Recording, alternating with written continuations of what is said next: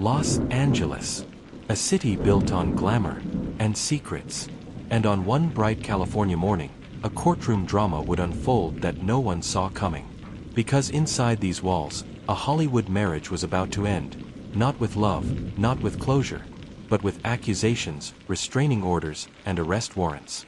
Denise Richards, actress, reality star, known for her elegance, her strength, and her silence through chaos. And today, she wasn't here for a film. She was here for protection. Her soon-to-be ex-husband, Aaron Phypers, was about to face the fallout of a marriage gone dangerously wrong. It began with a simple motion, a restraining order. But by the end of the hearing, one of them would be in handcuffs.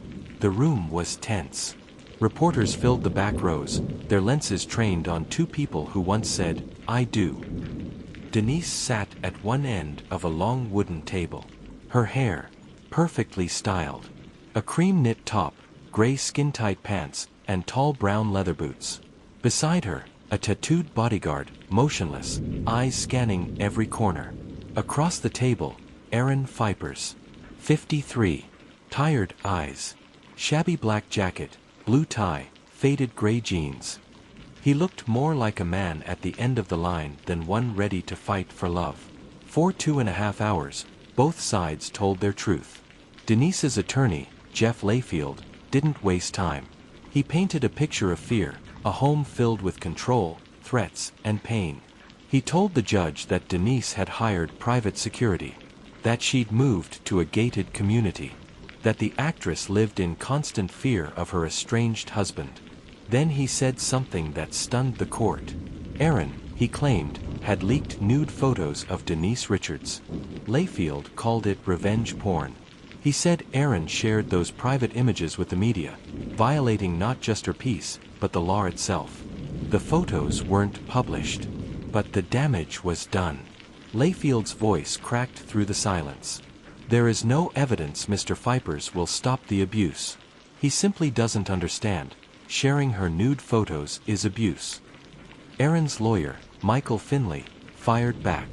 He called Denise a liar, a manipulator, a woman weaponizing fame to destroy a man's life. He pointed to her past, her Playboy cover, her OnlyFans photos, and asked the judge how someone so public about her body could suddenly claim privacy was violated. He said Aaron wasn't an abuser, he was a husband betrayed. And those photos were only evidence. Proof, he said, of adultery. Then he said the words that sent ripples through the courtroom. She never called the police. She never saw a doctor. No bruises. No records. Because it didn't happen. Denise stayed silent. Her lawyers spoke for her. But her expression said everything. Judge Mark Juhas leaned forward. His voice was calm, deliberate. I find that Ms. Richards' peace was disturbed by the photographs. I do not find that she or her witnesses sat down and made this up. Then, the decision that changed everything. Aaron Phypers was to stay away from Denise Richards for 5 years. He was to hand over his guns. Return her laptop. Stop sharing, leaking, or keeping her private photos. For a moment, the room was silent. Then, the scrape of Aaron's chair against the floor broke it. October 17th. The day everything exploded. Aaron Phypers walked into the Los Angeles courthouse for another hearing, the one about the restraining order. But he didn't walk out free. Outside the courtroom, LA sheriff's deputies closed in. Within seconds, he was surrounded. Cameras flashed. Phones recorded. The sound of handcuffs clicked. Aaron Phypers, arrested. Charged with 2 felony counts of injuring a spouse, and 2 felony counts of dissuading a witness by force or threat. The courthouse, chaos. Reporters shouted questions as deputies led him away. His face, expressionless. His voice, silent. They met in Malibu. A romance that seemed perfect, passionate, public, full of energy. In 2018, Denise Richards married Aaron Phypers. She called him her soulmate. He called her his queen. But behind the photos, behind the smiles, things weren't as beautiful as they looked. Denise would later claim that Aaron's temper was unpredictable. Those arguments turned violent. That the man who once held her hand began to use those same hands to hurt her. In her court filings, Denise said, Aaron would violently choke me, squeeze my head with both hands, slap me in the face, and threaten to break my jaw. She claimed he'd caused 3 concussions. And sometimes, he'd beg for forgiveness, cry, promise therapy, promise change. But change never came. By April 2022, things hit breaking point. Aaron allegedly discovered that Denise was cheating. He confronted her. She denied it, then promised to end it. But by May, he found messages. A new meeting. Another man. Independence Day weekend. July 4th. What was meant to be a family celebration turned into a screaming match that ended with shattered glass and broken trust. Aaron claimed Denise smashed his phone. Denise claimed Aaron lost control. Days later, she filed for a restraining order. And the story that once lived in whispers became front-page news. Social media lit up. Fans were divided. Some defended Denise, a survivor of Hollywood's double standards. Others sided with Aaron, saying he was being painted as a villain in a one-sided story. But inside court, the evidence kept growing. Photos, texts, witness statements. 3 people had testified that they'd seen Denise's bruises. I heard her cries. I watched her hide behind sunglasses at night. Aaron's team called them biased. But the judge didn't buy it. Behind the cameras, Denise was falling apart. Her friends said she couldn't sleep, that she jumped at every noise, that she'd started therapy for trauma.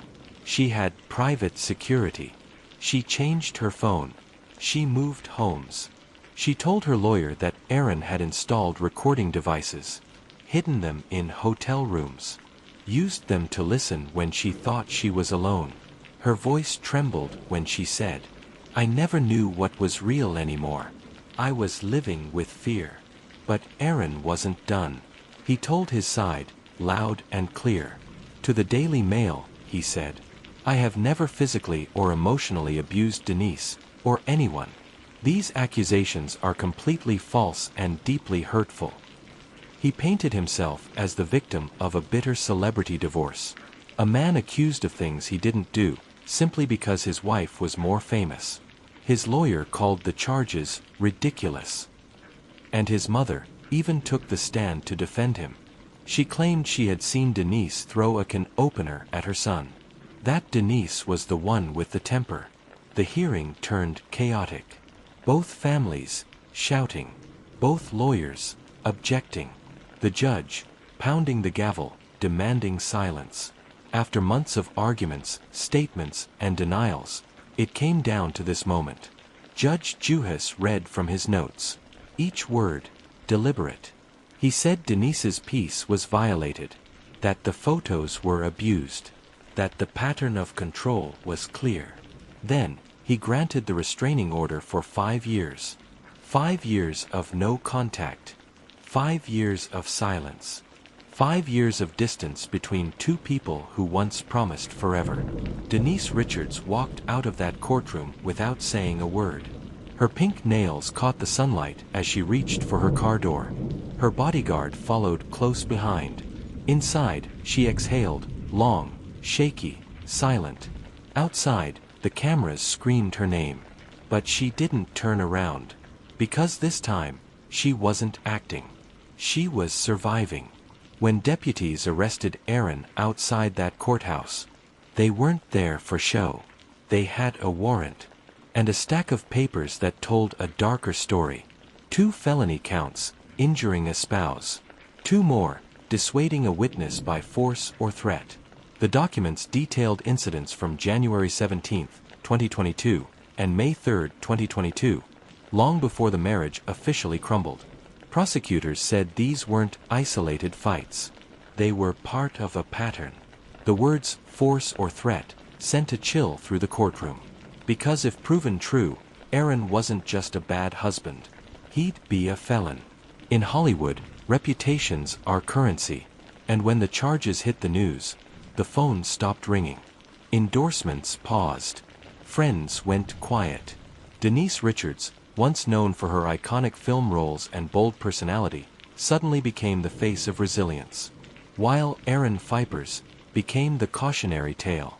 Entertainment blogs called it the darkest divorce in reality TV history. Paparazzi swarmed his home. His public image collapsed overnight. He told reporters he was being destroyed by lies. But the court said the evidence would decide that. Denise was quiet through it all. But behind the scenes, she was unraveling. Friends said she barely slept. She stopped attending events. Even her daughters, they say, began to sense her fear. She told close friends she still looked over her shoulder, even in her gated community. She said Aaron used to know every detail of her schedule, every code, every routine, and that it felt like he still did. One friend said, "She's free, but she doesn't feel safe." Aaron Phypers didn't vanish quietly. His legal team doubled down. They argued that the charges were a stunt, an attempt to punish him for filing for divorce.